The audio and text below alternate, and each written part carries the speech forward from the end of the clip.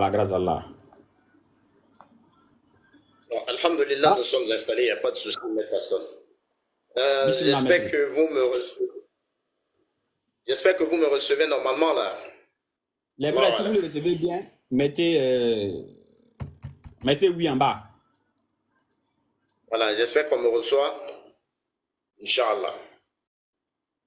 Donc là, j'ai fait une escale, parce que comme tu as vu, je suis en train de me déplacer, je suis en plein voyage là. J'ai fait escale seulement quelque part juste pour donner l'enseignement. Tu as vu? Sinon, je n'étais pas censé m'arrêter actuellement là. Tu as vu? Tu as vu, je venais à peine de descendre du véhicule là. Au lieu de continuer le voyage, j'ai dit non, comme les frères ils sont connectés, ils sont en train d'attendre là. Faut pas demain, je vais trouver une autre excuse encore, je vais me connecter. Même si on travaille pour 1 heure de temps seulement, c'est important. Non, mais Inch'Allah. moi, je pense bien que mettre 1 heure de temps, c'est un peu trop. Tu peux faire juste 30 minutes et puis on reprend le même thème la semaine prochaine, si vous voulez, Inch'Allah. Voilà, ça c'est ça qui est bon. Voilà. Juste pour ne pas manquer le rendez-vous, quoi. Inch'Allah. Voilà. Vous faites juste, un Ouais. peu de temps avec nous seulement, 30 minutes. Moi-même, je vais vous couper. Je vais vous dire non, maître, c'est bon ici. Et maintenant, vous Voilà, y a pas continuez le de- voyage tranquillement. Et maintenant, la semaine prochaine. Alhamdulillah. Et puis aussi, dès qu'on finit aussi, maître, n'oubliez pas, hein, je vous ai laissé un message sur TikTok. Vérifiez ça, Inch'Allah. J'ai vu le Ok. message là, j'ai vu. J'ai même commencé à répondre déjà. Inch'Allah. Ok, ok, ok. Donc, bismillah, maître. Il n'y a pas de souci. Donc, Alhamdulillah. Alhamdulillah. Wahdahu. Wassalatu wassalamu ala man la nabiyya ba'dahu. Euh, Nous déclarons ici que toutes les lois appartiennent à Allah Azza wa Jalla, le maître incontesté de toutes choses, en tout temps et en tout lieu. Voilà, celui qui a parfait toutes choses dans sa création, qui a créé l'être humain à une époque où l'être humain n'était pas quelque chose de mentionnable. Et nous parlons ici de ce Dieu-là, n'est-ce pas, qui a envoyé la totalité des prophètes dans leur aptitude, n'est-ce pas, à leur peuple respectif, en fonction de leur aptitude et de leur attitude, n'est-ce pas, leur capacité à concevoir le message prophétique et leur comportement vis-à-vis, n'est-ce pas, de la réception du message qui va de soi, qui va avec cela. Donc, nous parlons ici d'un thème extrêmement important. On aurait parlé de ce thème-là il y a de cela, je pense que déjà une semaine. Il y a les frères qui étaient connectés, on allait parler de ça depuis semaine passée. Mais Allah subhanahu wa ta'ala, qui est le détenteur de toutes choses, n'est-ce pas, en a voulu autrement. Donc on a été occupé par d'autres événements. On a communiqué aux frères, n'est-ce pas, qu'on allait être absent. Donc je commence déjà par demander vraiment aux frères de nous excuser par rapport à cette absence-là.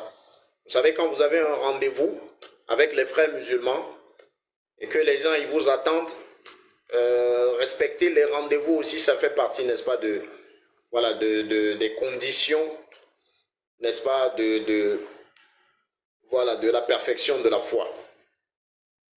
Le prophète sallallahu alayhi wa sallam, il a donné des enseignements dans ce sens-là.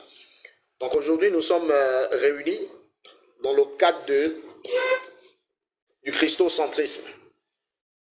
Nous sommes réunis dans le cadre du christocentrisme.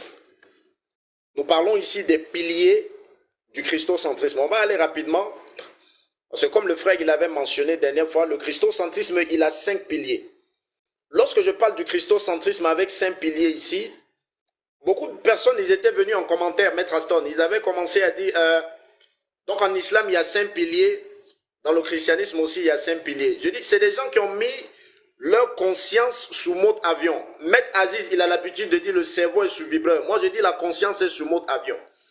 Pourquoi? Parce que ils sont dans la conceptualisation de comment l'islam a 5 piliers, le christianisme a 5 piliers.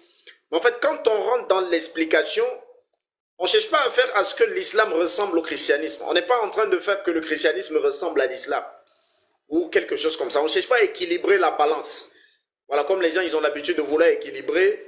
Comme on a dit, vous adorez une statue, ils veulent pas à tout prix démontrer que nous aussi, voilà, on est là pour adorer les idoles, tantôt Allah c'est Houbal et tout. Ils veulent faire ce rapport d'équivalence entre le christianisme et l'islam. C'est-à-dire, quand les musulmans, ils accusent les chrétiens d'une certaine impureté spirituelle, Ils veulent dire aussi, vous les musulmans aussi, voilà ce que vous faites à votre niveau. Donc quand j'ai frappé mon thème, les 5 piliers du christocentrisme, c'est pourquoi? C'est parce que les savants, ils ont dit, partant de la définition, n'est-ce pas, déjà de ce qu'on appelle pilier. Le pilier, c'est quoi? Un pilier, c'est ce qui soutient la chose. Donc si on parle ici d'une idéologie religieuse, c'est ce qui soutient en fait l'idéologie. N'est-ce pas? Les éléments sur lesquels l'idéologie repose.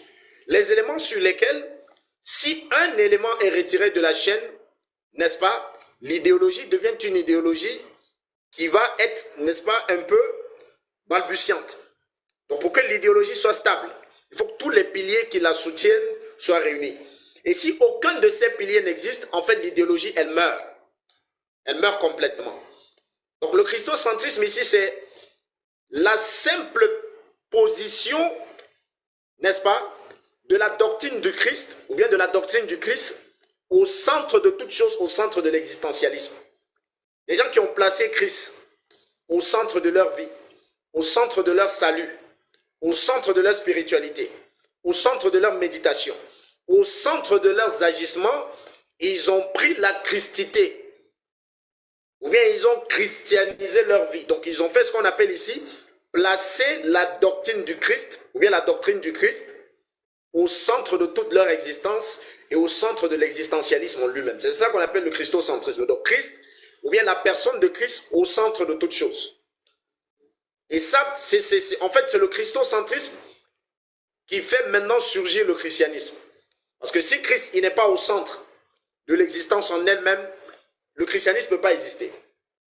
Je vois de quoi il est question ici. Si Christ n'est pas au centre, le christianisme ne peut pas exister. Donc il faut que Christ soit au centre de tout pour que le christianisme existe, pour qu'il devienne une religion, pour que les gens puissent le pratiquer et pour que les choses puissent aller dans ce sens-là. Donc le christocentrisme ici en lui-même, qui a été voilà, une doctrine qui a été soulevée à un moment donné, parce qu'il faut préciser, n'est-ce pas, que ça n'avait pas existé. Ok? Avant Jésus, on ne parlait pas du christocentrisme. Jésus lui-même, lorsqu'il est venu, il n'a pas prêché cette doctrine. Après son départ, on ne parle pas du christocentrisme. Mais quand a commencé le christocentrisme, le fait de dire oui, Jésus est Dieu, c'est lui le sauveur, le Père et moi nous sommes un, ça veut dire qu'il est Dieu, il faut croire en Jésus. Celui qui ne croit pas en Jésus, en fait, en réalité, il ne peut pas atteindre la vie éternelle. Toutes les compréhensions balbutiantes qui ont tourné autour de la personne de Jésus, au point de, n'est-ce pas, placer comment on appelle ça? C'est-à-dire que la notion du Christ au centre de la vie, au centre de l'existentialisme, les savants, ils ont dit c'est basé, n'est-ce pas, ou bien cette idéologie la repose sur 5 choses. 5 choses qu'on va appeler ici 5 piliers. 5 conditions du christocentrisme qui sont les 5 clés qui doivent être mises en place pour que le christo-business soit perpétué. Parce qu'on va parler du christo-business aussi. On va définir c'est quoi le christo-business, les rouages et les éléments du christo-business et qui sont les acteurs du christo-business dans le monde pour que ceux qui ont les paupières pour voir, y voient et ceux qui ont les oreilles pour entendre, ils puissent entendre. On ne va pas passer le thème aujourd'hui parce que le maître, il a dit, on va faire juste une brève entrée en matière. On va revenir là-dessus prochainement, Inch'Allah. Juste un peu seulement, juste un peu seulement, et puis, voilà, pour que les gens puissent attendre à ce qui va venir la semaine prochaine, Inch'Allah. Voilà, on va goûter à la sauce seulement. On goûte à la sauce, on ne va pas manger. Donc le christocentrisme, il a 5 piliers. Pour que Christ il soit au centre de la vie des gens et au centre de l'existentialisme, premier pilier, il faut le concept de la Trinité. Il faut d'abord le concept de la Trinité. Tant qu'il n'y a pas de Trinité, Christ ne peut pas être au centre de la vie des gens. C'est la Trinité qui a engendré cela. Et la Trinité en elle-même développe un deuxième concept qui est le deuxième pilier du christocentrisme, qui émane en lui-même de la Trinité, ce que j'ai appelé la divinité de Jésus. Parce que Jésus ne peut pas être Dieu s'il ne fait pas partie des trois.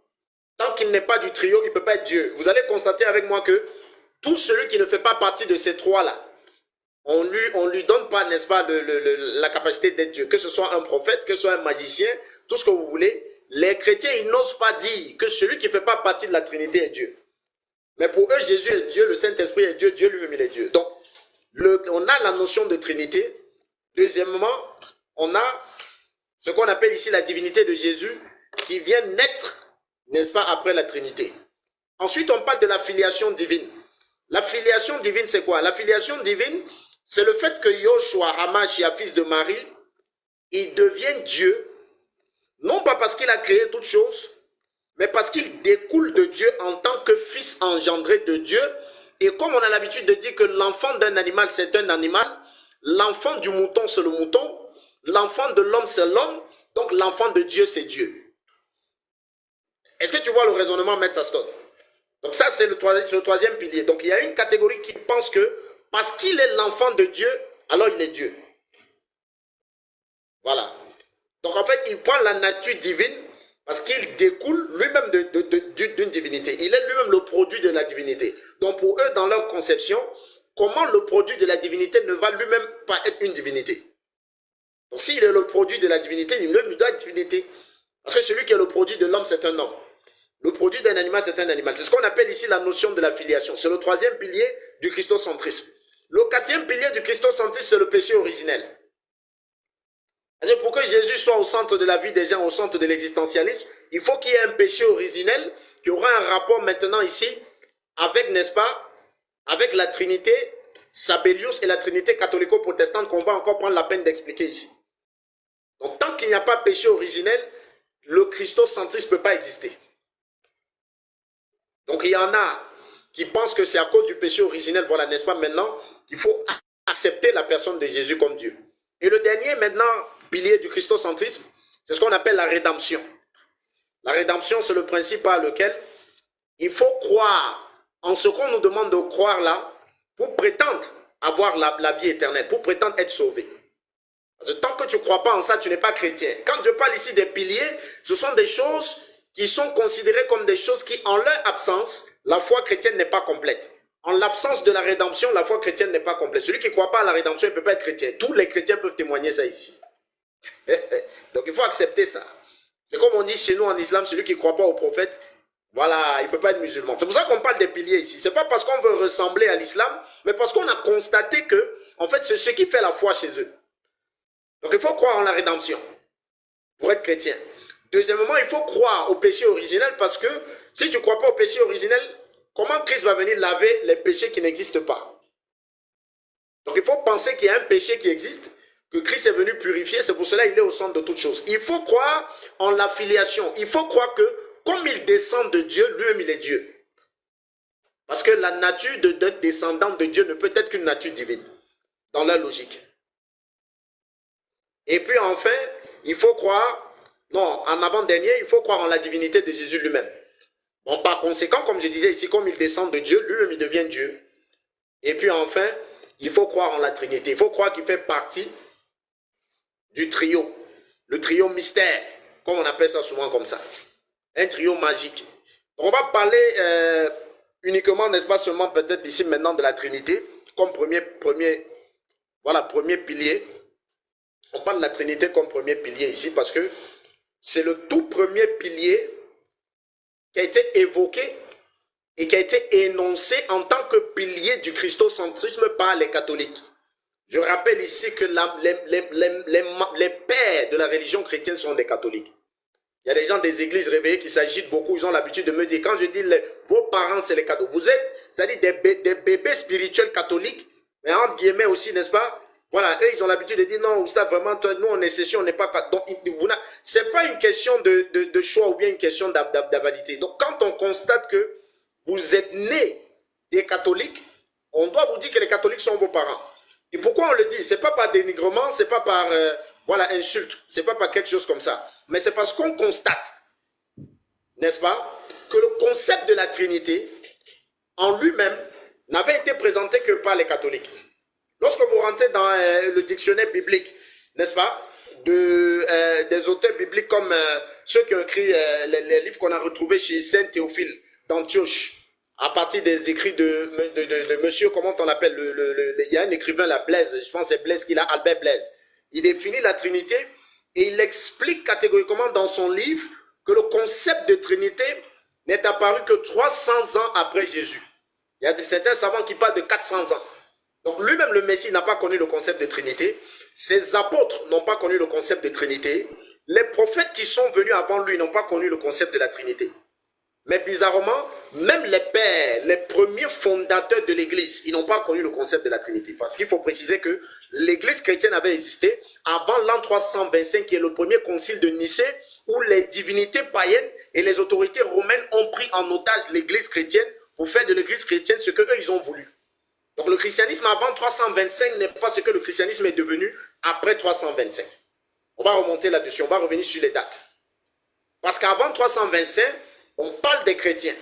On parle d'une religion qu'Allah ici, il appelle les gens du livre. Ceux qui ont reçu l'évangile, avant 325, on parle d'eux. Ceux qui ont reçu la Torah, on parle d'eux. Mais à partir de 325, on constate qu'il y a une manipulation parce que les détenteurs du pouvoir, des autorités romaines, prennent pour otage cette religion-là, qui était basée, n'est-ce pas, sur l'ontologie, sur la croyance, n'est-ce pas, au Christ, fils de Marie, parce qu'il y avait des christités. Il y avait 3 christologies qui se sont formées après la mort de Jésus immédiatement. Les christologies, c'est quoi? Les christologies, c'est les conceptions sur la personne de Christ. Dès que Jésus meurt, il y a 3 christologies. La première christologie, c'est la christologie de ceux qui ont dit non, en fait, c'est Dieu qui est descendu sur terre et qui est venu nous visiter. Comme les païens, ils avaient toujours la conception de quoi en la réincarnation. Dieu, il vient, il nous visite, il agit, il vit parmi nous, après il repart. Il y a ceux qui ont pensé non, c'est le Fils de Dieu qui est venu. Donc l'enfant engendré de Dieu, en la personne de Jésus. Il y a ceux qui ont pensé non, en fait c'est un prophète de Dieu. Voilà les 3 christologies qui se sont formées immédiatement après la mort de Jésus. Donc la communauté des Juifs s'est divisée en 3 catégories. Le premier groupe, ils ont pensé c'est Dieu qui est venu lui-même en personne. Le deuxième groupe, ils ont pensé c'est un prophète de Dieu. Et le troisième groupe, ils ont pensé non, c'est le Fils engendré de Dieu qui était là. Donc il y avait des négociations entre ces 3 parties. Dans ces 3 parties, il y avait, n'est-ce pas, des négociations. Et alors, pour qu'on tranche sur ces 3 parties, il a fallu que le courant chrétien évolutionnel arrive jusqu'à l'époque de la Rome, n'est-ce pas, de la Rome de cette époque-là, à partir des gens comme Constantin le Grand et les autres empereurs romains, pour trancher sur le premier concile de Nicée en l'an 325, qui était le premier concile des 21 conciles de l'Église catholique. Le premier concile de Nicée, qui est le concile où on déclare ouvertement la Trinité comme étant une doctrine à pouvoir, n'est-ce pas, coloniser la religion chrétienne et dans laquelle, n'est-ce pas, on va parler de ces choses-là. Parce qu'en réalité, il y a Marie Gérard aussi qui a parlé de ce concept-là. Il y a beaucoup d'écrivains qui ont dit, en fait, c'est l'unicité de Dieu qui a provoqué la Trinité. Parce que quand vous voyez, ils essaient de vous dire qu'il y a un Dieu 3 en 1. Tantôt, c'est 3 dieux qui forment un. Tantôt, c'est le même Dieu, mais qui joue 3 rôles différents. Donc, en fait, on vous dit tout, c'est un 3 en 1. 3 en 1, ça veut dire qu'on vous dit il y a 3, mais après, ça forme 1. Donc, il y a le 1 toujours qui revient mettre à stone. Donc, ils veulent toujours revenir sur l'unicité, mais il y a une corde de chétan qui les attrape, ils ne peuvent pas avancer. Donc cela, le maître, il dit, s'il n'y avait pas unicité, il n'y allait pas avoir trinité. Donc en fait, la trinité veut tendre vers l'unicité, mais la trinité ne veut pas se détacher du polythéisme. C'est pour cela qu'on vous dit c'est 3 en 1. Pourquoi 3 en 1? Pourquoi c'est pas 3 en 3? Quand on vous dit 3 en 1, c'est parce qu'il y a encore l'unicité qui est là. Donc ils veulent rejoindre l'unicité, mais ils veulent modifier en disant non, c'est une unicité qui est en même temps divisée comme ça, il y a 3 parties. Donc il y a le concept de l'unicité qui est toujours là. C'est pour cela qu'il te dit 3 en 1. Il te dit ça fait 3, mais ça rejoint 1. Pourquoi ça rejoint 1? Parce qu'il y a l'unicité qui était connue à la base. Donc qui n'a pas totalement disparu, ni dans la tête des chrétiens, ni dans la tête de ceux qui ont vécu à l'époque de Jésus. Ils veulent rejoindre cette unicité-là. C'est pour cela qu'il dit c'est 3, mais ça forme 1. Donc il y a le concept de l'unicité qui revient. Donc s'il n'y avait pas l'unicité, il n'allait pas avoir Trinité. Comme une sorte de Nescafé 3 en 1. Donc c'est pour cela ici maintenant on dit, lui-même Jésus là, n'est-ce pas? Voilà, il n'a pas prêché ce concept, il n'en a jamais parlé, et il n'était nullement question, n'est-ce pas, de ça, dans quelques écrits que ce soit. Voilà, donc la Trinité ici, c'est le concept de trias qui a évolué et qui a existé dans les premiers dictionnaires et les premiers livres grecs. Quand vous voyez les premiers livres gréco-français ou bien les premières traductions des Bibles gréco-français, on parle des auteurs comme Marie Gérard qui ont expliqué que pourquoi il a fait un dictionnaire biblique dans lequel il a donné la signification du mot Trinité, alors que la Bible en elle-même ne contient pas le mot Trinité. Et il y a des personnes qui sont revenues là-dessus pour lui porter quelques critiques à propos. Comment tu vas faire dictionnaire biblique? Tu vas définir un mot dans le dictionnaire biblique, pourtant le mot lui-même ne figure pas dans la Bible.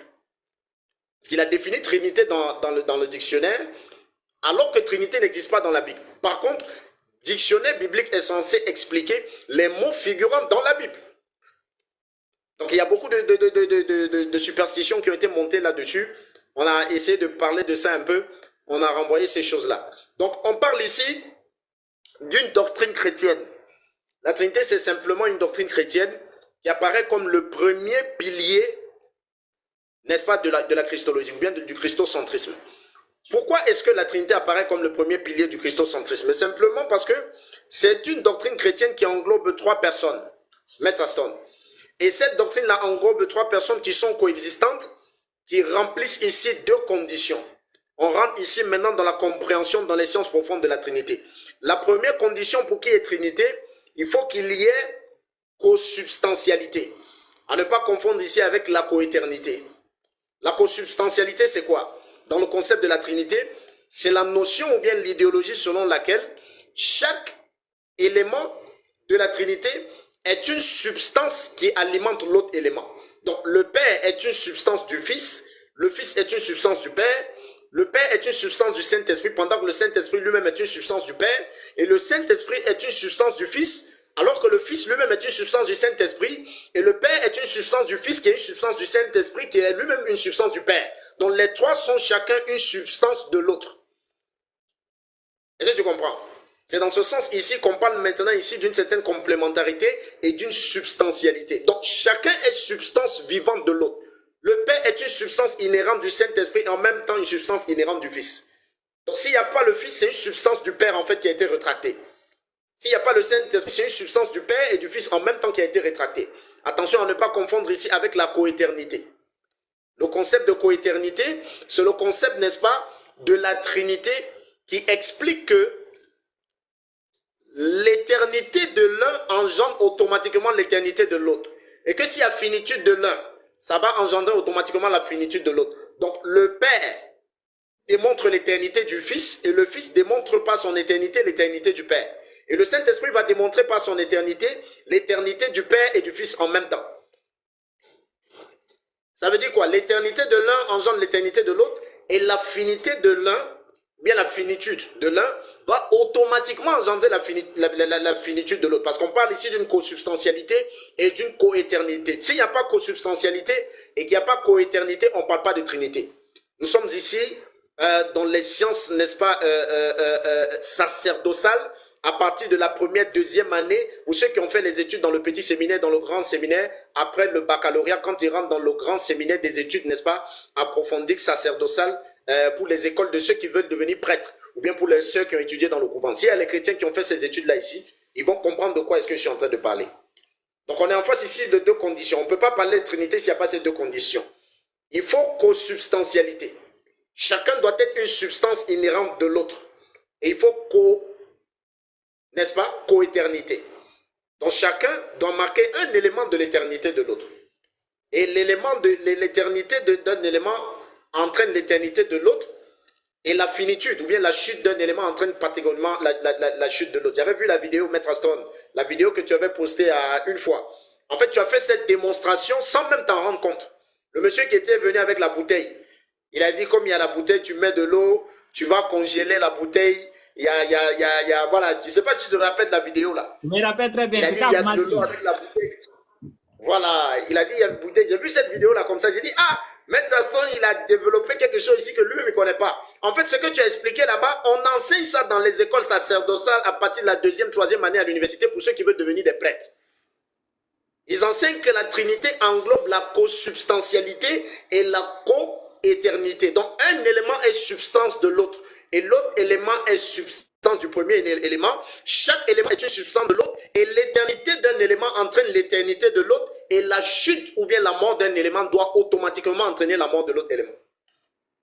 C'est pour cela que le Fils ne peut pas mourir. Ils ne peuvent pas accepter que le Fils meure. Parce que si le Fils meurt dans la conception chrétienne, la coéternité devient problématique. Est-ce que tu comprends pourquoi ces gens ne veulent pas accepter? La co-éternité devient un problème. C'est pour cela qu'ils veulent toujours dire, non, il a vaincu la mort. Il a vaincu la mort. Il a vaincu la mort. Parce que dans leur conception, il ne faut pas que la mort puisse le vaincre. Tu vois? Parce que s'il meurt, la co-éternité explique en réalité que sa mort entraîne automatiquement la mort de Dieu. Et sa mort entraîne automatiquement la mort du Saint-Esprit. C'est ce qu'on appelle le concept de co-éternité. Et le concept de consubstantialité qui dit que le Père est une substance du Fils et le Fils est une substance du Père. Les deux sont en même temps une substance du Saint-Esprit, entraîne le fait que quand Jésus souffrait, en fait, c'est Dieu qui souffrait. Et quand le Saint-Esprit souffrait, c'était Dieu et Jésus qui souffraient en même temps. Donc ils disent des choses, ils se contredisent en même temps. Donc en fait, voilà les deux éléments qu'il faut à tout prix, n'est-ce pas? Ces éléments-là, qu'ils soient existants, pour qu'on puisse parler ici de Trinité. Si ces éléments-là sont inexistants, ou bien si ces éléments ne sont pas là, on ne peut pas parler de Trinité ici. Donc c'est à cause de ça ici maintenant, ils ont dit, ok, il n'y a pas de souci. Quand on parle de la coéternité, en fait, oui, Dieu est éternel, mais Jésus est mort et puis il est revenu et puis il a vaincu la mort. Parce que en fait, comme c'est lui-même qui est une partie inhérente de Dieu, Dieu lui-même il est une partie inhérente du Fils, il faut à tout prix que Jésus puisse vaincre la mort. Parce que s'il n'a pas vaincu la mort, en fait, c'est Dieu lui-même qui a été vaincu par la mort. Donc c'est intrinsèquement lié en fait. C'est comme ça que ça se passe dans leur tête. Donc on a les conciles œcuméniques, ça s'appelle les conciles œcuméniques, qui ont été, n'est-ce pas, les conciles, on a parlé de ça ici, les 21 conciles catholiques qui ont pris en otage la religion chrétienne. J'ai dit ici que avant l'an 325, le concept de Trinité n'avait pas existé, mais le christianisme existait sous une autre forme.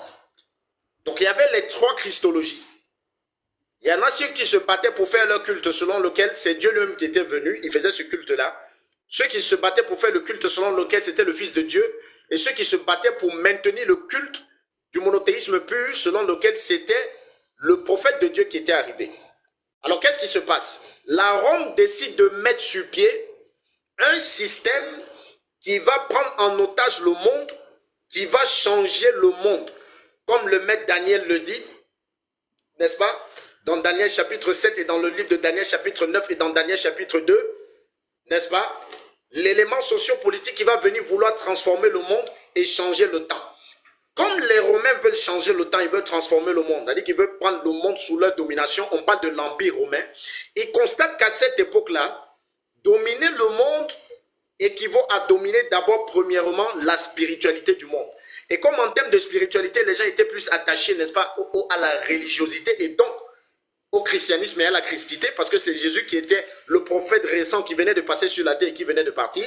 Donc toutes les idéologies chrétiennes tournaient autour de la christologie. Il fallait prendre la christologie et mettre sous la domination de l'Empire romain pour que la Rome puisse dominer le monde. Voilà comment l'histoire commence en réalité. Donc si la Rome n'utilisait pas le christianisme, la Rome ne pouvait pas dominer. On ne pouvait pas parler de l'Empire romain qui a gouverné le monde à un moment donné. On a parlé de l'Empire romain.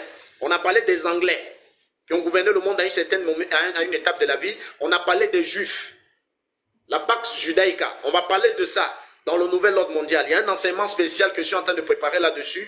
Comment le monde est dominé jusqu'à la fin des temps. Aujourd'hui, nous sommes sous la domination juive. C'est pour ça qu'on parle maintenant, n'est-ce pas, de l'État juif qui veut se former. On constate, même les médias nous enseignent, qu'on veut revenir à une république juive, alors qu'on sait que Israël n'a pas été un État pendant des années. Donc actuellement, ils veulent redevenir un État. Pourquoi ils veulent redevenir un État? Et quelles sont les stratégies qu'ils sont en train d'employer? Ils appellent les Juifs qui sont dans des contrées lointaines, n'est-ce pas, du territoire juif, pour leur demander de revenir aux sources, de revenir habiter dans leur pays, afin qu'ils puissent former l'État juif. C'est pour cela qu'on parle des Juifs de la diaspora. Donc quand les chrétiens qui n'ont pas appris l'histoire te disent que les apôtres ont traversé la Jérusalem, la Judée, Jéricho, ils sont allés hors du territoire israélite pour appeler les gens. On te dit que si tu avais appris l'histoire, tu allais comprendre quand même ils ont traversé les frontières et qu'ils sont arrivés dans les autres pays, ils n'ont parlé qu'à ceux qui étaient des Juifs de souche. On parle des Juifs de la diaspora. C'est pour cela, sous la recommandation de Jésus, aucun apôtre n'a prêché à un non-juif. Même quand ils ont traversé le territoire juif, ils ne parlaient qu'aux Juifs qui habitaient dans d'autres nations. Les Juifs de la diaspora. Ça s'étudie dans l'histoire.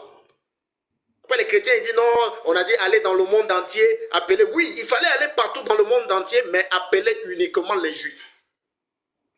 uniquement les Juifs. C'est pour cela Paul lui-même, il te dit, je suis juif de la tribu de Benjamin. J'ai été hellénisé. Donc vous voyez que c'est de ça qu'il est question ici. Donc les Juifs qui gouvernent le monde actuellement, il y a les Romains qui ont gouverné. On a parlé de l'Empire romain, les 4 grands royaumes. Lorsqu'on va arriver dans l'explication, n'est-ce pas, des rêves, l'oniromancie, les prophéties de Daniel, Daniel 2, Daniel 9, Daniel chapitre 7, on va revenir là-dessus. Ce qu'on comprend, c'est que la Rome doit gouverner le monde à cette époque-là. Et comme la Rome doit gouverner le monde, il faut que la Rome utilise le cheval de bataille le plus rapide. Et à cette époque-là, le cheval de bataille le plus rapide pour captiver le monde entier, c'est ce qu'on appelle la religion.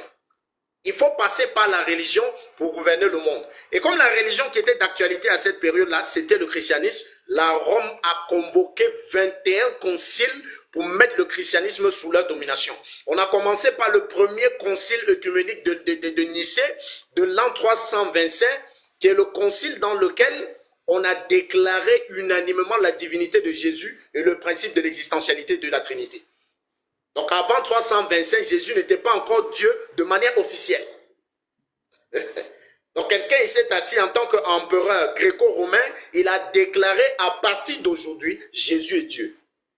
Voilà la religion dans laquelle les gens y sont. Il a déclaré, c'est une déclaration de l'empereur romain, à partir de 325. Donc il y a eu encore 20 conciles après. Là c'est le premier concile de Nicée. Au deuxième concile, le deuxième concile avait pour objectif, donc le premier concile avait pour objectif de déclarer la divinité de Jésus. Le deuxième concile, lui, il avait pour objectif de déclarer le Saint-Esprit comme participant des éléments de la Trinité. Le troisième concile avait pour objectif de mettre Maman Marie, la maman de Jésus, partisante en même temps de la divinité. Là, on est au troisième concile. Voilà. Le 12e concile de l'Église catholique, l'Église écuménique, avait un autre objectif. Le 12e concile avait pour objectif de mettre le monde sous la doctrine d'après laquelle, c'est-à-dire que quand ils ont siégé au 12e concile de Nicée, il fallait atteindre un objectif. Le 12e concile avait pour objectif de donner à l'Église le pouvoir de pardonner les péchés. Avant le 12e concile de Nicée, ça n'avait pas existé, même chez les catholiques. Les prêtres et les pasteurs qui m'écoutent, ils savent de quoi il est question. On est ici en face de la connaissance historique. On rentre dans l'histoire. Parce qu'il faut une connaissance historique pour les non-contemporains. Nous qui n'avons pas été là, il faut rentrer étudier l'histoire. Ceux qui sont là, ils ont besoin d'une connaissance événementielle. Il faut une connaissance graphologique. Donc l'histoire nous fait comprendre que lors du 12e concile de Nicée, on a remis à l'Église la capacité, la possibilité désormais de pardonner les péchés. L'Église s'est proclamé cela. Voilà pourquoi quand tu rentres maintenant aujourd'hui, le prêtre, il te dit, mon fils, va en paix, tes péchés sont pardonnés. Et c'est à partir du 12e concile de Nicée que naît l'élément qu'on appelle la confession. Et les enfants qui vont à la doctrine, à la catéchèse, à partir du 12e concile de Nicée, ceux qui ont été chrétiens, ils savent de quoi je parle ici quand je parle de catéchèse, quand je parle de doctrine, ils vont réciter ce qu'on appelle l'acte de confession. Et on a mis sur pied les saints sacrements, qui sont le baptême, la communion, la confirmation, le mariage et l'ordre. On est en face ici d'une connaissance historique. Voilà. Donc nous sommes au 12e concile de Nicée où l'Église prend le pouvoir de pardonner les péchés. Et quand l'Église prend le pouvoir de pardonner les péchés, tu rentres à l'Église à partir du 12e concile de Nicée. Qu'est-ce qui va se passer pour que tu pardonnes tes péchés, Maître Aston? Tu vas dévoiler tout ce que tu as fait dans ta vie. Si tu as couché avec la voisine, tu vas le dire. Si tu as tué ton papa pour bouffer sa richesse, tu vas avouer aussi. Si tu as ensorcelé, là, tu vas parler. Si tu ne parles pas, on ne pardonne pas tes péchés. Maître. Voilà. Maître, ça me fait rappeler, excuse-moi, hein, ça me fait rappeler une vidéo. J'ai regardé, le monsieur est venu se confesser.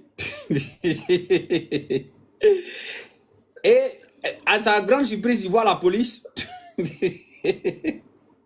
On dit à quoi? On dit non, son péché était très haut. Donc le gars a appelé la police directement.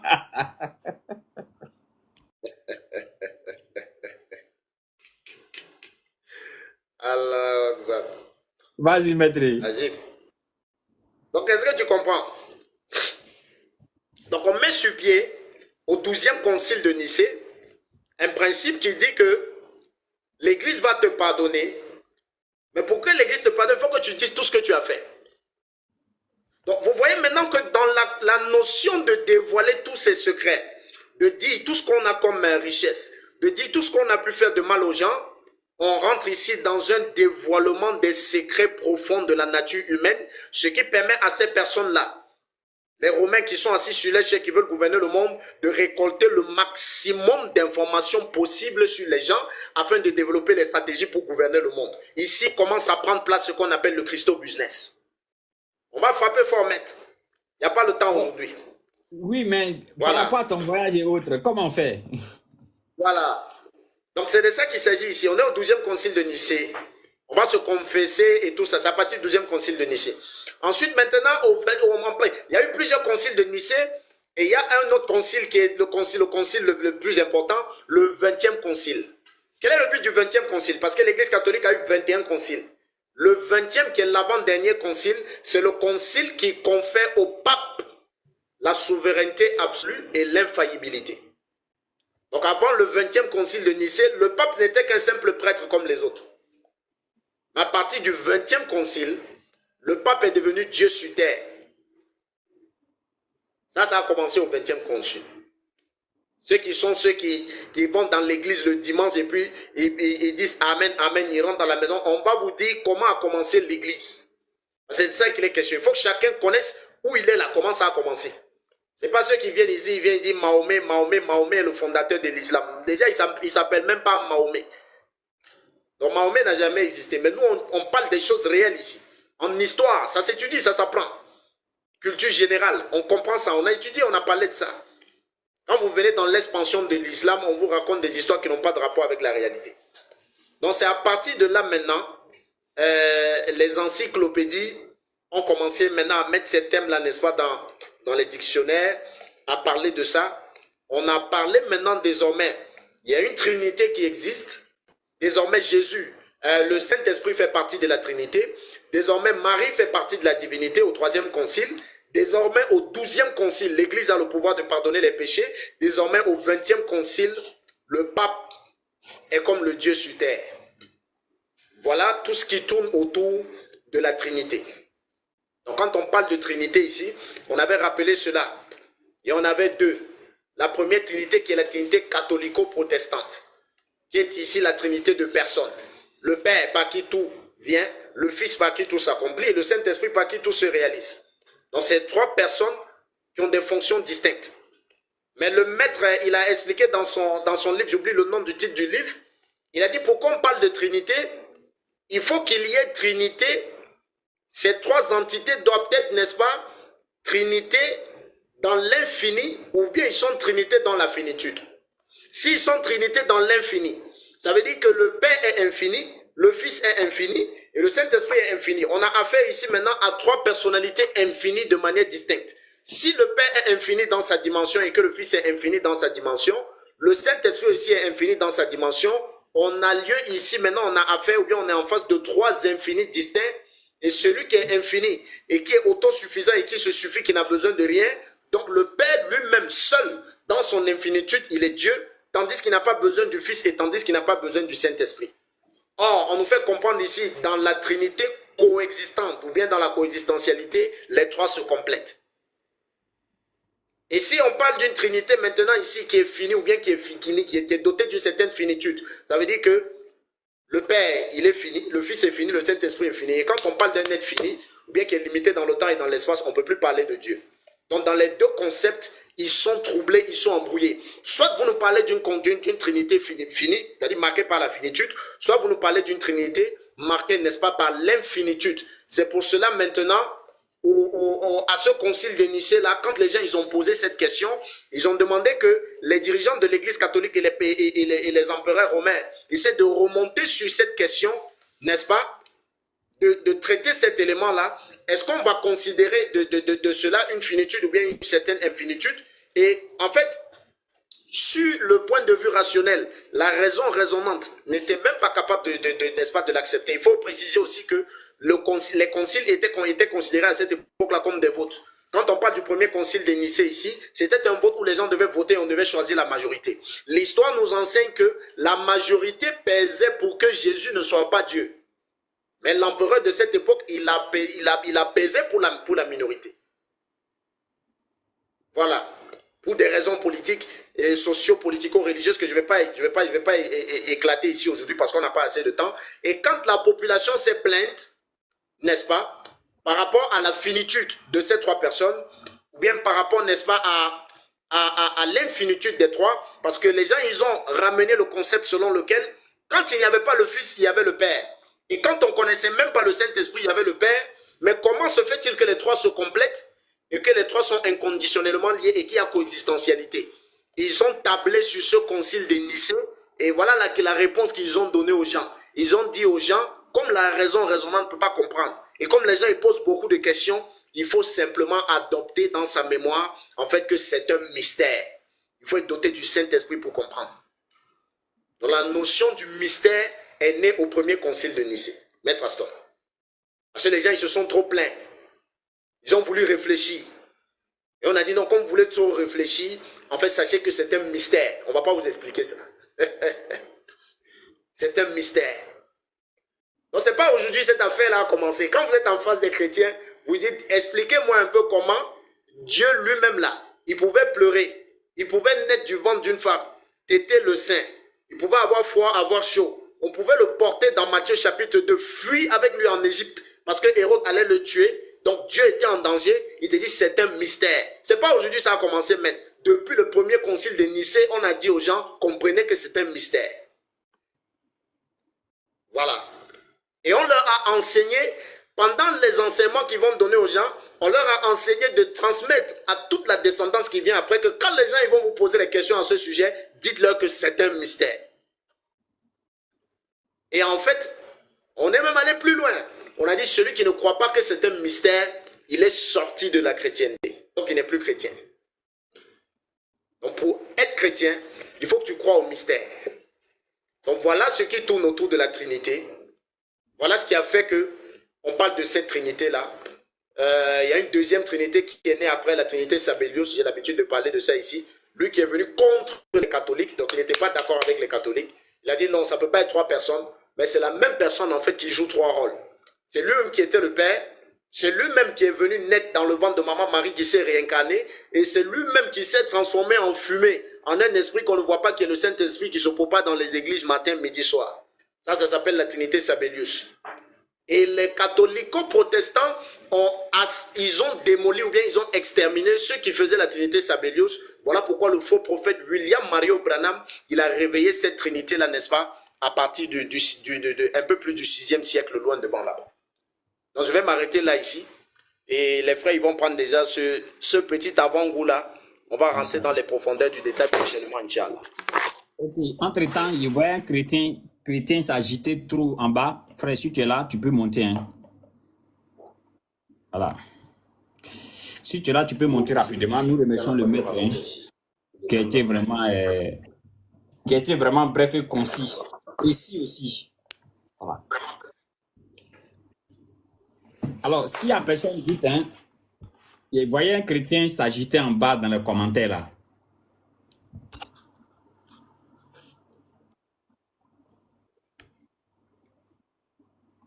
Il ne va jamais monter. Ah, s'il ne va pas monter, c'est que le maître va conclure. Il va donner son dernier mot et puis. Salam alaikum. Wa alaikum salam wa rahmatullah. Merci à toi aussi, frère GTR. Vraiment, moi c'est M. Abedi Solumbashi au Congo. Machallah. Oustaz vraiment, Oustaz Karim. Mbote. Mbote vraiment. Oustaz Karim, qu'Allah te bénisse vraiment. C'est aujourd'hui que j'ai appris au moins quelque chose et j'ai encaissé encore une petite connaissance parce que la parole de Dieu, la connaissance de Dieu vraiment est trop large. Mais merci beaucoup vraiment Oustaz. Et on va continuer à vous suivre jour et nuit pour nous ajouter encore le courage de continuer de suivre l'islam. Parce que certaines autres personnes, bon, pas seulement d'autres personnes, y compris nous, qui sont vraiment entourés par le christianisme en presque à 99% ici chez nous au Congo. Pour résister être musulman, c'est pas chose facile vraiment. Il faut avoir quand même des enseignements. 99%, il faut bien dire ça aux gens, frère. 99% ils connaissent pas. Si c'est pas moi seul, ils connaissent ça. C'est 80. Si c'est vous dites 99, si c'est non? 99 comme ça, chez vous là, vous appelez 99. C'est ça, c'est ça. Voilà, donc il faut qu'il y ait de telles personnes comme ça pour nous renforcer encore la foi. C'est vraiment très important. Je suis vraiment ravi. Merci vraiment, mon frère. Vraiment, merci beaucoup d'être concis et précis. Donc, on va dire, on va pas prendre le temps du maître, hein, parce que il nous a dit qu'il était en déplacement, Inch'Allah. Il a tenu vraiment à être là. Voilà, quand je vais parler, ils vont trouver que je parle trop. Il n'a rien dit aujourd'hui.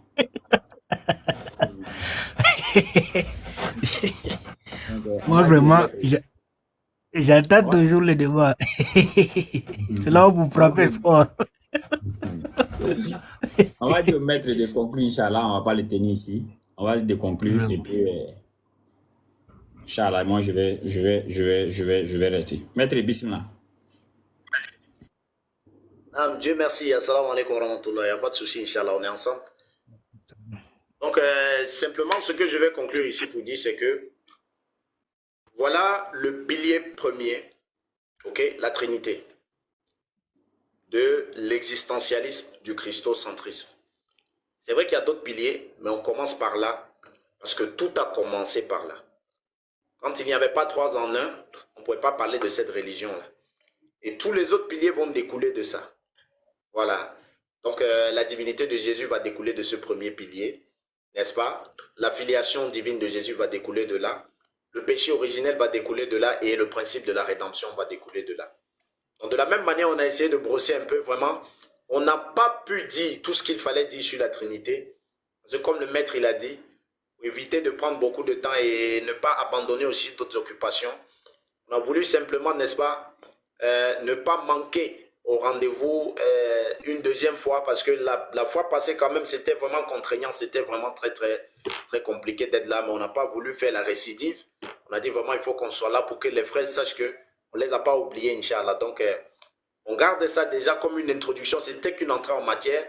On va aller loin devant, on va rentrer en profondeur comme je disais, on va rentrer dans le Christo business pour comprendre comment les choses fonctionnent autour de la personne du Christ pour que les gens ils puissent s'enrichir derrière ce nom-là. Et Allah, il a parlé de ça au niveau de la production des Bibles, au niveau des constructions des églises et tout ce qui va avec. Nous sommes là ici, n'est-ce pas, ici pour démystifier les vérités qui ont été cachées depuis la nuit des temps afin de sortir l'homme des ténèbres spirituelles vers la lumière parfaite, Inch'Allah. Barakallah fikum. Amen.